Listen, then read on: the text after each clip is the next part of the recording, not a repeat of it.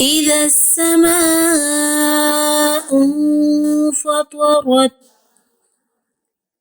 وإذا الكواكب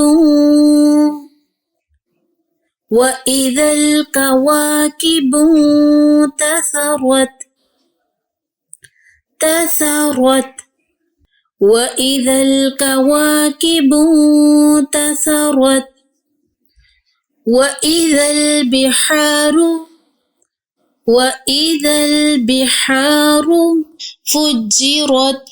فجرت وإذا البحار فجرت وإذا القبور بعثرت وإذا القبور بعثرت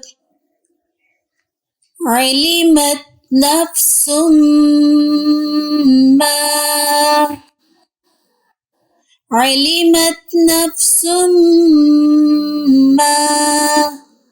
قدمت وأخرت علمت نفس ما قدمت وأخرت يا أيها